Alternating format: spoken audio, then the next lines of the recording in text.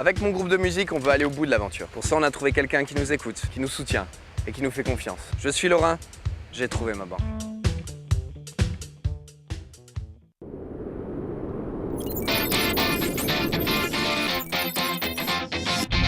Vous avez absolument raison. Ouais.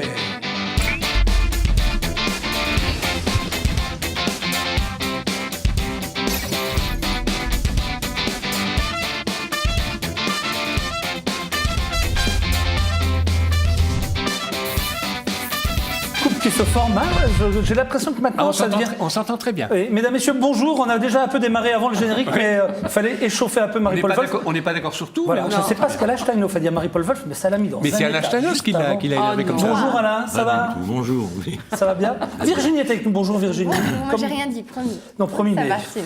je pense que ça va démarrer très vite. Bonjour Mademoiselle Wolf. Bonjour Jean-Luc. Vous disiez sur ce générique, parce qu'on n'a aucun secret pour nos amis téléspectateurs, c'est important, que vous aimiez quand Roger était là. Oui. Vous voulez qu'on mette un Love Boat?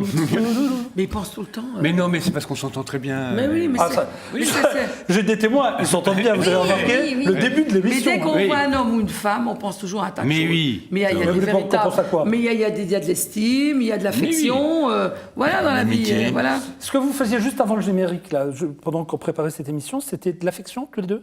Non, c'est juste pour qu'on sache. Oui. C'est de l'affection. Mais oui. Mais on discutait. Oui. Alors, je veux Mais pas bien savoir sûr. ce que c'est Non, l'amour, parce que non. ça doit être très violent. Hein. Non, moi je suis franche, Roger me répond franchement. On a des sujets des fois qui nous intéressent même politiques, on échange. On a parlé sur ce qui c'est s'était ça. passé la semaine dernière sur l'augmentation de la TVA. Oui, Et moi je vous- trouve qu'en France, les décisions ne sont pas assez rapides. Voilà. Il faut que ce soit plus rapide pour vous. Ah moi oui, un vrai choc. Je suis pour le 2014, choc. c'est trop tard. Trop tard. Ah ouais. Ben, on Trop peut tard. demander à Alain ce qu'il en pense. Moi, en tant que président de la Fédération des commerçants, et un commerçant, comme tout le monde le sait, ne fait pas de politique. Oui. Donc je suis obligé de m'abstenir Voilà. et je ne Non, veux pas sur- développer Mais aucune idée. moi, disons que, étant donné que j'ai quitté le milieu et que j'ai connu l'époque Barre, moi j'étais bariste, c'est un homme que j'ai toujours estimé. Quand Barre a remonté la TVA, qui nous a surveillés dans nos C'est boutiques, en quelle année, ça, 75? oui, mais c'est par Barre qu'on a sauvé la France. Il y avait 500 milliards de francs dans les caisses quand il est parti. C'était un gestionnaire, il s'occupait de personne. On lui a taillé un costume sur mesure en disant il a genre enseignant ou quoi que ce soit. Barre a été un des meilleurs qu'on ait eu. Et il a remonté la TVA à l'époque. Moi, je pouvais augmenter 2 fois par an le salaire chez mes employés. On a pu emprunter, malgré que les taux étaient très élevés. C'était la réelle économie. Mais il a tapé fort tout de suite. TVA, pof, on est passé de 5,5, je ne sais plus combien à 7. On a dit on n'y arrivera pas. On y est très bien arrivé. La machine économique a tout de suite tourné là, démesurette. Je m'adresse à Denis Berche, à Jean-Pierre Gégin. Nous aurons peut-être une troisième maintenant. Une invitée dans notre politique rendez-vous qui sera- politique oui, là, en même temps. Moi, je dis que là, le choc n'est pas... Venez armés, hein, quand même. Mais non, mais il faut redonner de l'espoir aux patrons. Oui, mais Attendez. Oui, mais Marie-Paul, vous pouvez pas non plus complètement dégrader le pouvoir d'achat. Faut faire Me attention. dégrader le pouvoir d'achat, Non, on a vous des serez la discours. première à- Je rappelle Attendez. que j'ai un conducteur Il y a dans cette 30 émission ans, et qu'on on n'est n'avait pas du tout dans le conducteur Non, mais que j'ai prévu. Roger, Faites comme si on n'était pas là. On avait des discounters aujourd'hui en France. Tout le monde peut aller acheter dans des discounters, il n'y a pas de honte. Ils émargent moins. Moi, je vois que le kilo de farine dans les discounters, il est à 0,70, dans certains magasins à 0,99. Oui, non, mais je dis pas qu'il faut pas augmenter on la peut TVA. Vous acheter... pouvez réagir sur Facebook, Voilà. allez-y. Hein. R, C'est la l'autre télé. TVA parce que ça laisse le choix aux gens d'acheter comme ils veulent et de faire leur budget. Et c'est ça qui va remplir les caisses de l'État tout de suite. Mais je ne comprends pas notre Premier ministre qui attend 2014. C'était le 1er janvier 2013 qu'il fallait faire. Bon, Et ça voilà. c'est votre avis, Voilà. c'est l'avis C'est son avis, de Marie-Paul voilà. Wolf. Voilà. Maintenant que nous avons tous... Bon, on verra dans un an ce que ça donne. Très bien, on en reparlera donc dans un an. Si vous pourriez revenir tous les deux dans prendre un an. rendez-vous. Tout à Surtout fait. vous, Alain, on aura besoin de Tout à vous à fait. ce moment-là. Alors, Marie-Paul, aujourd'hui, si j'ai bien compris, on va donner la parole à Alain, parce qu'Alain est venu nous voir en tant que patron de la Fédération des commerçants de la ville de Metz, parce qu'à cette époque-là, on est à quelques jours du lancement du Tout à marché fait. de Noël. Tout à fait. Et cette année, on va en parler tout à l'heure, mais juste comme ça, vous le sentez comment? Est-ce que vous dites que, vu l'ambiance, tout ça, peut-être qu'un marché de Noël, ça peut redonner un peu de baume au cœur, voir une ville qui bouge. Je dis pas qu'elle bouge pas en ce moment avec les travaux, mais Tout à fait. Non, je pense que tout le monde attend le marché de Noël parce que ça va être une période festive, ça va être des grandes semaines. Et je crois qu'on a tous besoin de ça en ce moment. Si le temps le permet, je pense que les marchés de Noël de Metz, c'est le 19e cette année. Et on essaye tous les ans d'apporter de nouvelles attractions et de faire un mieux. Et je pense qu'il est attendu par tout le monde et ça sera certainement un grand marché de Noël. Marie-Paul, avant de reparler donc de ce qu'il y aura dans cette période du marché de Noël, il débarque quand le marché de Noël, Alain? Le 24 novembre, Le 24 inauguration. Assez tard. Hein, Jusqu'au 30 décembre. 30 et 6 janvier pour la place de la République. Et la place de la République, par rapport aux vacances scolaires, on arrêtera le 6 janvier. Comment ça s'est passé? Parce que j'ai pas eu la chance d'y aller. Il y a eu une petite ambiance kermesse avec de la boisson avec une mousse dessus à col blanc. Ah, tout à fait. La troisième fête de la bière. Oui, la troisième fête de la bière, très très belle animation, très gros succès, malgré un temps un peu pluvieux. Plus de 30 000 spectateurs ou amateurs de bonne choucroute de bière et de danse, surtout, avec de magnifiques orchestres. Un très beau succès à renouveler. Ça va s'installer comme événement. On va l'installer, on fera la 4e édition, si tout va bien, l'an prochain, bien sûr. Bah, la fête de la bière au moment de la Toussaint. Voilà. Bon, Oui, je ne le c'est ferai pas- plus. c'est Je pas- ne le ferai plus. C'était Ça m'est échappé. C'était très agréable et je trouve qu'il y a presque une ambiance un peu pré-Noël. En plus, avec Oui, les c'était petits, très les petits festif. magasins de vente. Non, On je avait trouve mis ça, les ces jeux initiatives, d'antan, il y c'est avait sympa. des jeux forains d'antan, vous savez, Ouais. le genre de pêche au canard, on descend des boîtes Il y avait un en côté très conserve, festif. etc. Ouais. Champêtre un peu, alors. C'était un peu Familial. champêtre, c'était très familial cette année. C'est ça qui est important, parce que Mais pendant les ça- vacances, c'est une bonne il faut période. aussi sortir les enfants dans des endroits où on peut déguster et s'amuser et se distraire Tout à fait. surtout. Alors, Madame Wolf, on va parler de vous maintenant, parce que je rappelle que vous êtes ici pour défendre le terroir, et vous le faites tellement bien depuis 10 ans à nos côtés dans ce Bienvenue chez vous. D'ailleurs, tout le monde... Moi, je reçois plein de mails vous félicitant. Roger entend parler de vous tout le oui, temps. oui. Virginie, Alain, on est tous... Absolument. Alors, de temps en temps, on a une ou deux petites critiques, mais très peu. Mais il faut pour toujours 100 bonnes accepter- nouvelles, on a peut-être une critique en disant... Mais la critique, elle est toujours intéressante. Il faut toujours se pencher sur la critique. Mais c'est petit, hein, Mais même si c'est petit. c'est même gentil, je devrais même dire. Oui, mais ça n'a aucune importance. Je veux dire, il faut être critiqué. On ne peut pas non plus ne pas être critiqué. Ça ne serait pas bon. Je me méfie toujours des compliments, vous savez. Donc, je ne peux pas dire que vous êtes quelqu'un de bien. Et je me dis, qu'est-ce qu'il veut encore Bah, vous Oui, savez ce que oui. je veux. Méfiance, Ça fait des années Marie-Paul, hein. que Méfiance. j'essaie de vous dire ce que je Méfiance. veux. On sait Ouais. méfiance, on ne sait jamais. Hein.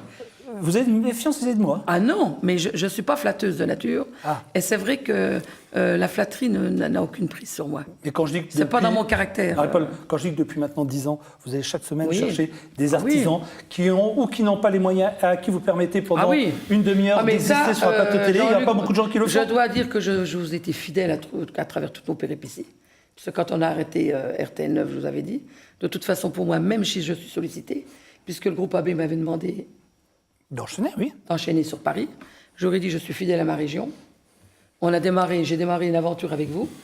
Et quand vous m'avez appelé pour redémarrer avec R, pour vous donner un coup de main, j'ai dit je serai présente pour vous aider. Parce qu'il y a de l'estime. De temps en temps, on se taquine, mais on s'estime. On se taquine. Ouais. Voilà.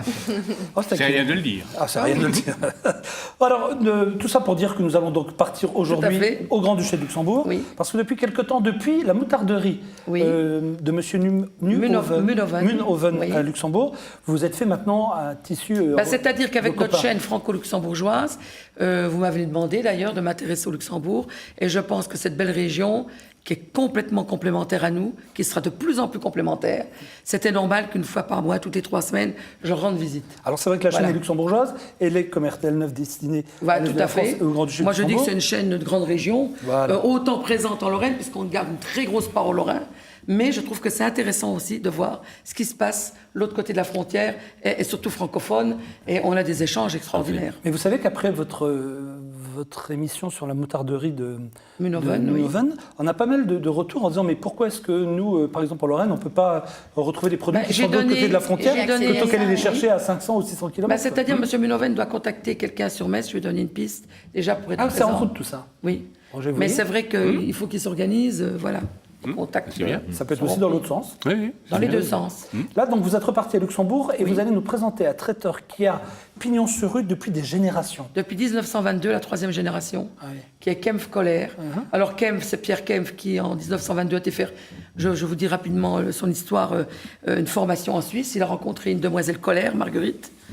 Et ce qui m'a estomaqué, c'est qu'il a déjà donné, et je trouvais que c'était un homme très en avance au niveau de l'égalité femmes et hommes.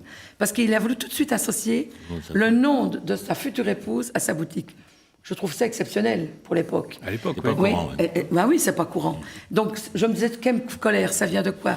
De deux grands-mères, voilà. Et j'ai eu l'historique. Ensuite, son père, Marc, et sa femme Josette ont continué, une belle saga familiale. Et aujourd'hui, ils ont une belle entreprise avec les 2 fils, qui est donc Christian et Gilles. Gilles s'occupe de la belle boutique qui est donc Place Guillaume. Et Christian, que j'ai découvert grâce à M. Munhoven, et à Bombiche, avec sa belle entreprise. Alors, Bombiche, pour nos amis luxembourgeois, enfin, ils le savent, mais pour nos amis lorrains, c'est la direction de l'aéroport. Vous ne sortez pas direction de l'aéroport, vous allez sur Zaventem, et c'est la sortie qui se trouve zone commerciale après. Voilà. Et là, vous pouvez arriver à Bombiche. Juste une chose, vous avez certainement voulu percer le secret du fameux pâté au Riesling. Oui. Ça, c'est pas évident. C'est pas évident parce que je pense que la pâte, voilà, dans le pâte au Riesling, ce qui fait la différence dans les entreprises luxembourgeoises, c'est leur fabrication. Moi, je savais par tam-tam que Kempf Kohler avait un pâte au Riesling exceptionnel. Parce qu'il faut que la pâte, elle reste sèche et moelleuse, que l'intérieur, qui est une des lèches de porc et de veau, ça on va le voir jeudi, je ne veux pas tout découvrir dans la recette, garde le moelleux tout en étant sec ni gras. Vous voulez goûter, Roger, un petit bout? Et ils ont... Je veux. Alors, ça c'est un gibier, ça c'est Riesling. Je vais prendre Riesling. Voilà. Vous voulez goûter, monsieur? Là aussi. Oui, bien sûr, forcément. Alors, ça, c'est une pâte de gibier, ça, c'est Riesling. Entendu. Merci Voilà. beaucoup. Et ça, c'est un petit pâté Virginie, Morvin vous voulez rouge, goûter quoi, au pinot noir. Et la pâte, bon là, disons qu'ils ont été un petit peu déjà à la chaleur, hein. Ça se mange très frais. Mais c'est pas évident. Et moi, j'aurais dit, ce n'est pas une pâte brisée sain. Ils se sont tous amusés dans l'atelier de fabrication. Moi, j'ai dit, je le sens. Et ils ne voulaient pas donner leur secret. Comment J'ai dit, tu il y a mènes du lait, il y a l'enquête, des œufs. Marie-Paul? Je mène l'enquête parce que moi, j'ai toujours été quelqu'un du produit. Donc moi, ce qui m'intéresse, c'est le Délicieux. produit. Pourquoi C'est il y les a gens deux qui sortes fabriquent. différentes, Marie-Paul? Pourquoi Parce que la là, il y a ce pinot noir. Ah, ça, c'est au pinot noir. Oui. Ah, d'accord. Et donc, ça, Délicieux. c'est le Riesling. C'est bon? Très bon. Délicieux.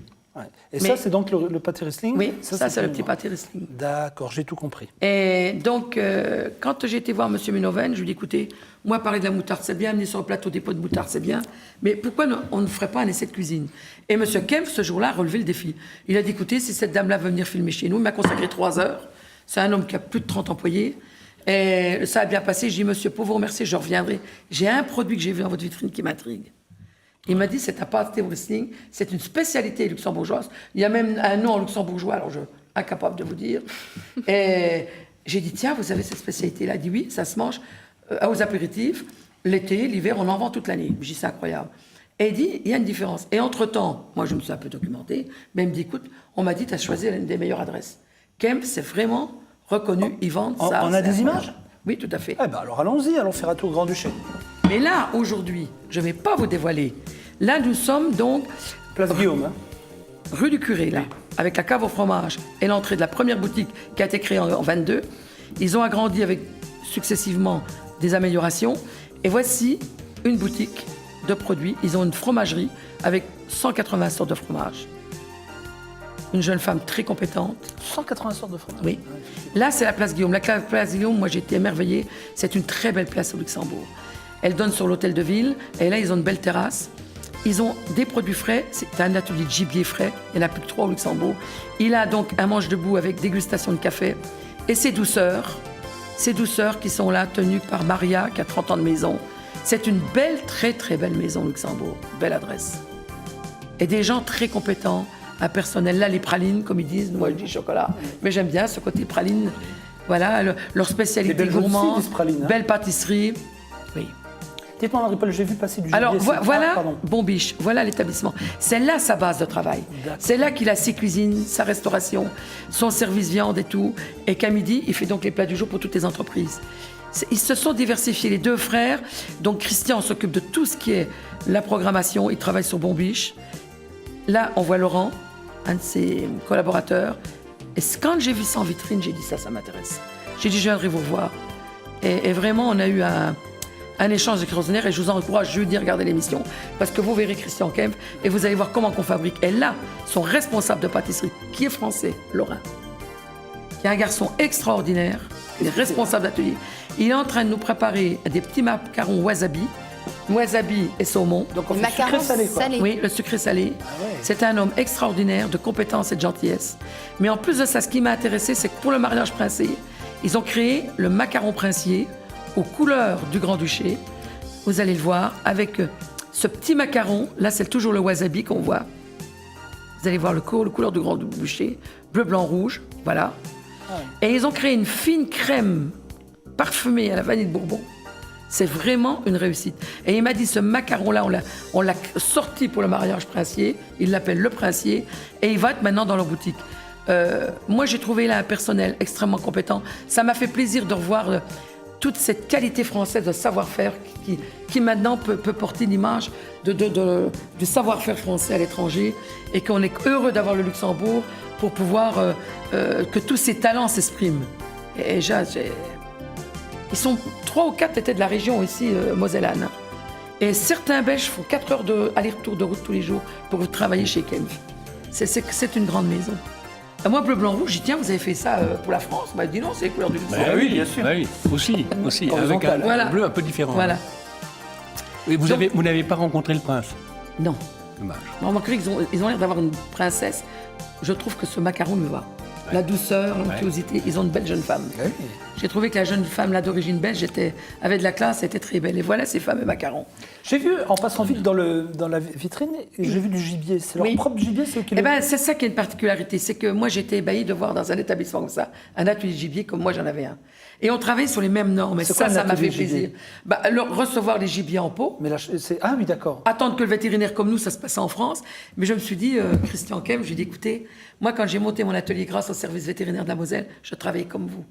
Et quand on me parlait de l'Europe, et qu'il fallait absolument que nous, avec nos petites entreprises, on vienne investir lourdement dans nos ateliers, et qu'on n'avait encore pas à la vendre. C'est pour ça que je dis en France qu'aujourd'hui, il faut alléger. Parce que si vous voulez produire du bon, il faut d'abord mettre l'argent dans l'appareil de production. Ensuite, former et encourager les gens. Et ça, c'est un message qu'il faut qu'il reste en France. Prenez des notes chez vous. Mais oui, mais parce que si on ne baisse pas les charges sur les entreprises, elles ne pourront plus faire ça. On a fait ça à ce moment-là parce qu'on a été écoutés et encouragés. Vous voulez pas faire de la politique, non? Ça sera aujourd'hui, mon atelier de gibier n'existerait plus. Oui, c'est ça. Voilà. Moi, j'ai le recul maintenant. Donc, j'ai une autre analyse. Et quand je vois ce qui se passe actuellement, c'est pour ça que je réagis. Je vous poser une Remontez, petite Marie-Paul. question. Ce pâté-là, excellent, se mange froid. Froid. Contrairement à nos pâtés, Voilà. Oui, Ils ont- ça c'est vrai. C'est Ils ont pâté l'habitude aussi. au Luxembourg de manger, de Voilà, faire froid. d'excellentes choses froides. Mais ils le vendent toute l'année, parce que Oui. l'hiver, ils le servent en apéritif. Tout à fait. Ils le coupent en petites tranches. On vous laissera prendre avec vous le pinot. Vous allez voir que c'est très étonnant, Oui. Alain, tout à l'heure. On peut offrir... Ah, tout à fait. Même si vous voulez celui-ci, vous. Volontiers. On va se le partager. Volontiers. Quand nous regarde les miettes à Virginie. vous avez Voilà, et compris. puis, de toute façon, ils ont un régime. Jeudi, ils dégusteront. Virginie et Jean-Luc ont un régime, donc ils Comment vont- ça, Pas moi un du tout. régime Oh, mais c'est Mais qu'on faux. perde un Vous os, savez ou pas que, vous savez que Virginie, c'est une fausse maigre. hein. Ah, oui, parce qu'en réalité, il y a Elle plein a de la trucages. rondeur qu'il faut. Ah. Elle fait pas des parties des salières ni des mannequins anorexiques. Ah bah voilà. Ouais, des compliments. C'est vrai qu'elle a les rondeurs où il faut. Ben, c'est pas une raison pour qu'elle nous pique Autour tout des le pâté. oreilles et Voilà. tout, c'est vrai que... Bah oui, mais- Pâté. Voilà. Non, mais elle est pas. Non, je mange, je mange. Elle est en pleine santé. Et je vois qu'ici, quand elle a envie de goûter quelque chose, elle le goûte. Très bien. Exact. C'est sur cette bonne phrase maintenant que nous allons passer à notre jeu avant de donner la parole à Alain. Nous allons jouer. Vous savez que chaque jour dans cette émission, quand on peut, on joue parce que des fois on n'a même pas le temps. Mais quand on peut, on joue. On commence à être au-dessus de la moyenne. Je dois avouer que malgré tous nos invités, Non, on a nos bons cartonné. chroniqueurs, Si. on n'est pas encore sur 30 jeux. On est à peine à 15 trouvés. Donc je vous en ai trouvé un facile pour vous quatre aujourd'hui. Je vais vous montrer un indice et vous allez me dire de quel événement il s'agit. Regardez bien. Regardez. Conduit avec son téléphone. Il y a pas peu de ça. Marie-Paul, pour faire avancer le public, de quoi parle-t-on? C'est quoi? Pourquoi on vous montre cette photo-là aujourd'hui? Qu'est-ce qu'on a pu trouver dans nos dépêches? Ben, c'est un rapport avec la route, avec la circulation, avec. Qu'est-ce qui vous ferait dire ça, Roger? Ben, parce que bon, il temps. s'apprête à prendre la route. Il s'apprête, Donc, on va dire elle, peut-être, non? donc, Peut-être Ah, un bah, il indicateur. a un GPS. Un indicateur de radar. Un indicateur de radar. Oui, peut-être. C'est Ah, autorisé, mais- ça. Il décèle C'est un ça ou peu c'est les... pas ça vous ne c'est voulez pas plus. ça du tout. Ah, et C'est alors pas c'est ça. les- Ça n'a rien, Oui. rien à voir avec la route. Ah si, ça va voir avec la Ah, route. Je vous donne un deuxième indice. Moi, je Trop de sais. SMS, non? Trop de SMS Au volant. Non. Il oui. regarde R. Il regarde... Oui, mais il faut arrêter. Oui, mais Regardez, pas au regardez. volant, quand même. Regardez. Elle a l'air contente. Elle est contente. Qu'est-ce qu'elle peut Ah, avoir elle- appris comme nouvelle? Qu'est-ce que... Alors, cherchez un peu. Pourquoi elle est contente? Les Pourquoi elle est vacances. Ça Un jeu. a un rapport avec son téléphone. Bah, déjà, elle ne conduit plus, là, elle est à l'arrêt. Alain, vous Ça êtes sur conduit la voie. toute seule. Elle est à l'arrêt. Oui. Non, L'appareil m'a dit qu'elle était trop Conduit toute fatiguée. seule, le- Oui, Virginie, ils viennent de mettre au point, on va aller voir ça à Londres, il y a un reportage là-dessus, les voitures autonomes qui conduisent elles-mêmes. Elles pourraient bientôt circuler sur nos routes. Regardez ces progrès-là. Entre Alain et Virginie, ils ont Ouais, marqué ça un c'est une point. bonne équipe. Une voiture qui conduit toute seule, un rêve d'automobiliste qui pourrait bien devenir réalité. Après avoir passé le cap des tests en laboratoire, ces véhicules seront peut-être bientôt visibles sur nos routes. C'est quelque chose dont on rêvait enfant, monter dans une voiture qui roule toute seule. Et maintenant, j'en fais l'expérience. C'est génial. Le Suédois Volvo développe un projet où ces voitures autonomes roulent en convoi. Elles sont toutes contrôlées par un seul véhicule en tête, conduit par une personne. Mais ça n'est qu'une idée parmi d'autres. BMW, Ford et Continental sont aussi dans la course, et même Google, le géant de l'Internet. Ces voitures ont déjà été testées dans 3 États américains. Volvo pense que son système de convoi pourrait être opérationnel dans une dizaine d'années, mais il faudrait alors une modification des lois en Europe.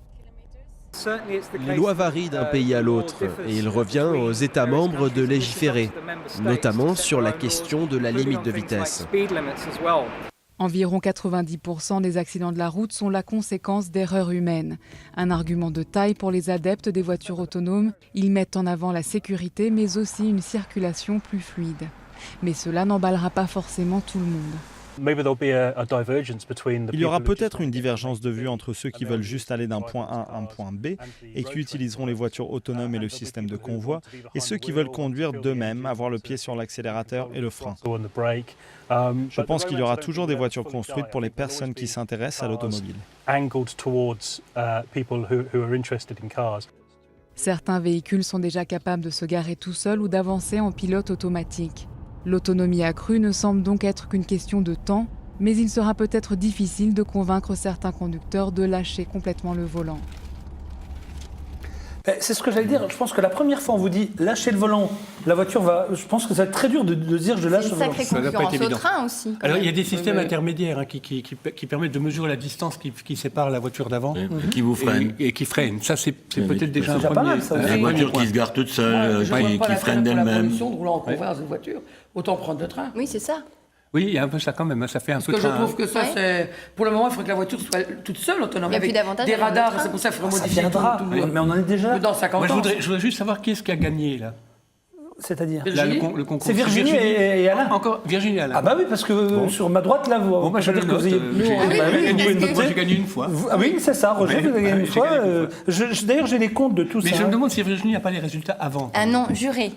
Non. Mais Je par trouve qu'elle gagne souvent. Elle gagne Vous souvent. trouvez que aussi C'est la C'est jeunesse. une enquête. Oui, c'est Elle est branchée la Internet perspicacité. En même temps, Roger. là, c'est quand même plus Alain qui l'a mis sur la voie. À mon avis, c'est plutôt Parce que- C'était un travail d'équipe. Voilà, tout à fait. Ouais. Elle sait y faire, Virginie. À propos de travail d'équipe, on va parler maintenant du marché de Noël de la ville de Metz. Oui. C'est le quantième, ça fait un Alors paquet le déjà. 19e marché de Noël de la ville de Metz. Ce sont les marchés de Noël de la ville de Metz parce que d'ordinaire ils sont situés sur 5 places.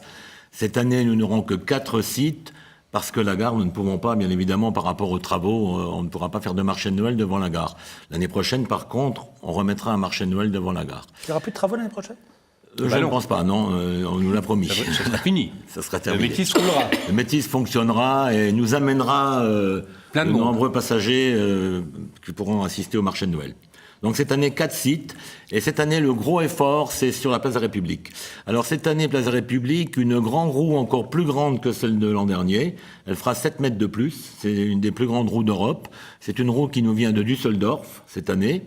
L'autre nous venait du parc Nigloland, près de Troyes. Et là, ce sont des amis allemands donc, qui vont venir avec cette grande roue encore plus majestueuse. Et cette année, en dehors de la patinoire, bien sûr, des nombreux chalets sur la place de la République, nous allons créer les jeux de lumière illuminée. C'est-à-dire que ce sont des fontaines illuminées Oui. sur 40 mètres de longueur, 20 mètres de large, 80 mètres de hauteur. Ces fontaines fonctionneront dès la tombée de la nuit jusqu'à la fermeture du marché de Noël. Des fontaines lumineuses et musicales, bien évidemment. Ça sera la grande attraction de cette année sur la place de la République. Bien sûr, le marché traditionnel Place Saint-Louis, qui est le premier marché de Noël de Metz. Le centre Saint-Jacques, cette année, un gros effort, et on comprendra pourquoi. Et c'est la puis, on comprendra pourquoi par rapport Faut un peu animer le centre, oui. un peu ce qui se passe dans le centre Saint-Jacques. Et puis, alors, bien sûr, Place Saint-Jacques, avec le... Alain, pas pour moi grand-chose. qui n'ai pas suivi, qu'est-ce qui se passe Ben, nous avons au centre Saint-Jacques le départ de la FNAC, Oui, ça, on a pour suivi, ceux oui. qui ne le savaient pas. Et puis donc, il va falloir Il faut compenser. et ça sera fait rapidement, montrer qu'on ne lâche et pas. donc, il faut quand même qu'on montre qu'il y a un marché de Noël au centre Saint-Jacques et il sera magnifique pas. cette année La aussi. FNAC n'a pas quitté Metz, elle a juste Absolument, elle s'est un peu déplacée.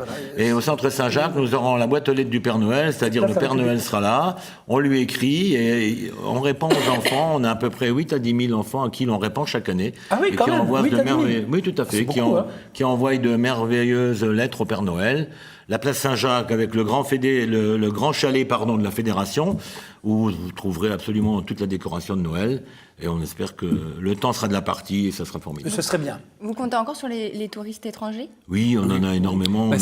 On a énormément de demandes de catalogues et de prospectus. Il ne faut pas oublier la marche, la grande marche qui a lieu le 8 du 12, le samedi 8.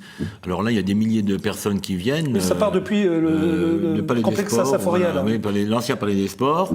Et puis la Saint-Nicolas, bien sûr, le 9, le dimanche 9. Donc vous avez du boulot là. Voilà, et puis des ouvertures de commerce le dimanche. On ne sait pas encore si on en ouvrira 2, 3 ou plus. Roger ?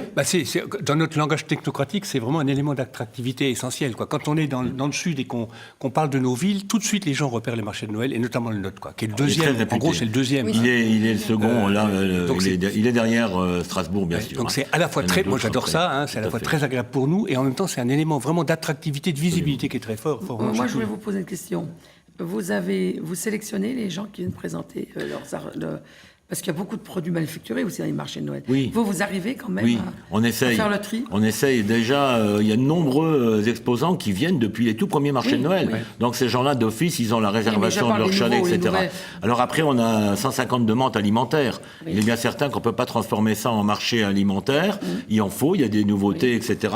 Et puis, bien sûr, on ne peut pas vendre du textile. On va comme pas vendre des bonnets, des bonnets de Noël, mais pas de l'habillement, etc. Non, mais je parle de la fabrication, que tous les produits n'arrivent pas d'Asie et de tout. Est-ce que vous faites place à l'artisanat? Déjà, Lorrain, il n'y a plus qu'à comme ça. Absolument. Tout ce qui est artisanal, ça sera en priorité. Oui. Bon, maintenant, je ne vous cache pas que s'il y a quelques chalets où on nous a pas dit que le produit venait, bon, ça arrive, hein, on nous fait des fois le reproche, mais c'est vraiment infime par rapport aux 150 chalets du marché de Noël. Enfin, cette année, il n'y en aura que 130.